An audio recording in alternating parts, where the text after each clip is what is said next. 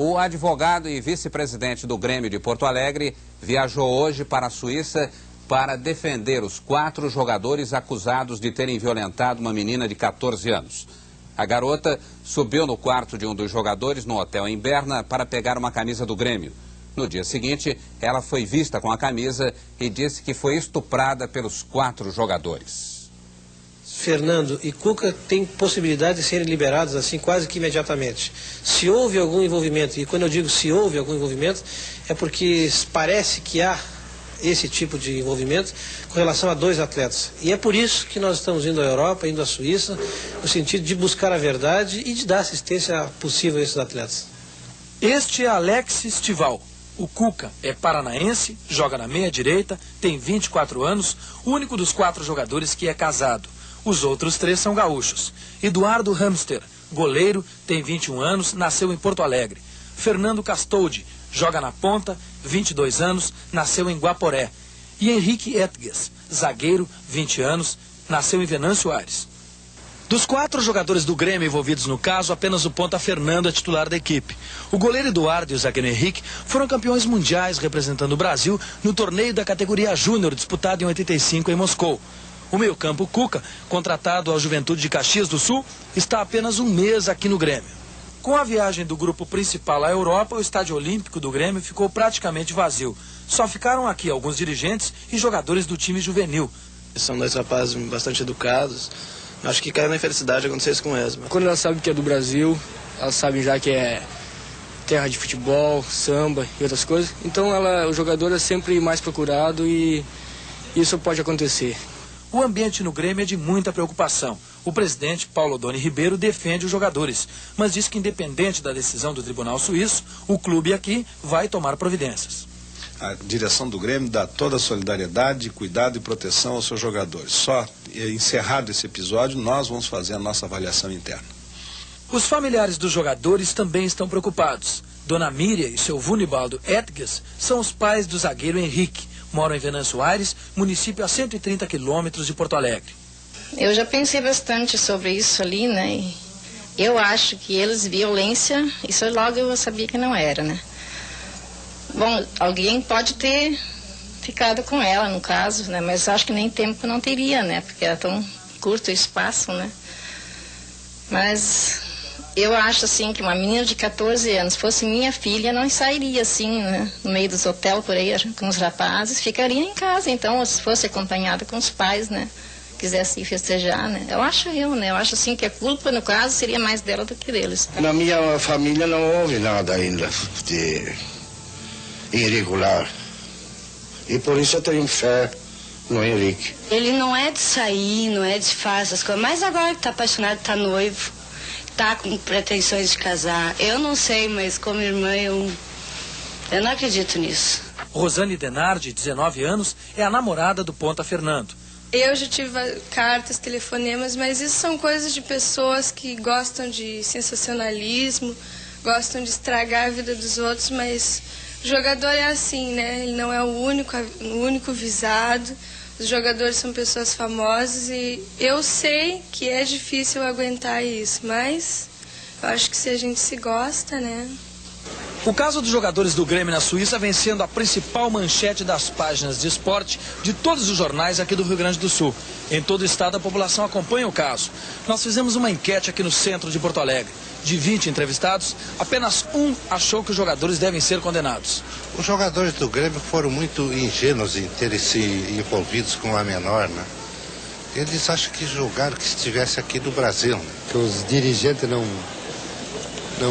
deram uma orientação a eles e eles se acharam aquilo e fizeram aquela... que acho que é errado. Acho que eles deram uma mancada, né? Com tanta mulher, assim, que só por eles serem jogadores, né, vão assim atrás, vão correndo atrás dos jogadores. Eu acho que não, acho que eles não fariam isso. Eu não condenaria, né? Porque eu acho que tem que ouvir primeiro a parte deles. Eles não foram ouvidos ainda, né? Eles estão trancados, né? Em 30 de julho de 1987, à tarde, um dia antes do jogo da Philips Cup, jogo final entre Grêmio e Xamax Neuchâtel, 3 colegas vão ao Hotel Berna, Hotel Metropolitan, onde estão hospedados os jogadores da Philips Cup e em frente ao hotel encontra Alex, Eduardo, Henrique e Fernando. Os três abordam os jogadores e falam sobre uma possível troca de camisa. Eles concordam em efetuá-la num quarto de um dos jogadores. Chegando a uma sala do segundo andar, conforme testemunhas, os jogadores desistem da pretendida troca. Em vez disso, eles começam a assediar a garota assintosamente. As duas testemunhas disseram que eles beijavam e acariciavam a menina, que tentou se defender dessas investidas. Os jovens que acompanhavam a menina então foram expulsos da sala sem violência, mas de forma decisiva. Uma testemunha disse que viu pela última vez a menina sendo empurrada para a cama por um jogador. Depois os dois colegas saem da sala, os jogadores atrancam a porta por dentro. Indecisos sobre o que fazer, os dois jovens procuram ajuda na recepção e recorrem a um funcionário do hotel, sem sucesso. Após mais hesitação, saem pela rua e relatam o ocorrido a um transeunte. Sobem e batem na porta trancada do hotel, também sem sucesso. Pouco tempo depois, cerca de meia hora, a menina sai do quarto, segundo seus companheiros, visivelmente atordoada. Ela está vestindo uma camisa e um calção do Grêmio. Ela conta aos seus companheiros apenas parte do que aconteceu. Os jovens vão ao restaurante Lower tomar uma cerveja e a garota se dirige para casa.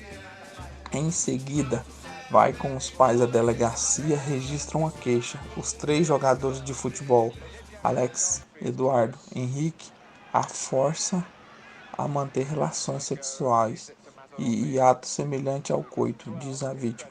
O quarto, Fernando, estava lá e ajudou os outros, auxiliando a despila. Esses atleta ajudou o colega a tirar a calça e segurou suas pernas. Os 4 jogadores de futebol foram presos e interrogados na mesma noite. Durante o primeiro interrogatório, ele nega ter tocado na garota. No segundo interrogatório, ocorrido alguns dias depois, no entanto, eles confessam as relações sexuais, com exceção de Fernando. No entanto, eles afirmam que nada havia acontecido contra a vontade da menina. A garota se divertira com tudo, segundo afirma, os que levou a comentar que a garota provavelmente não era normal.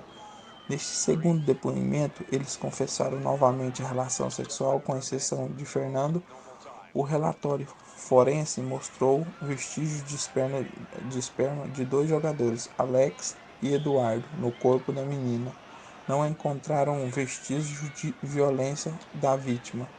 Ela afirmou que ficou paralisada durante o incidente e, portanto, não gritou nem revidou. Um dia depois, após a consulta com o médico, a garota compareceu por pouco tempo à final da Copa Philips, acompanhada do irmão, fato que gerou comentários preventivos de várias pessoas. De acordo com o médico que trata dela, a menina vem sofrendo graves transtornos mentais desde aquele incidente e, entre outras coisas, tentou suicídio na primavera passada. Os jogadores gremistas ficaram 28 dias incomunicáveis, presos na Suíça, em Berna, e foram deportados pouco tempo depois.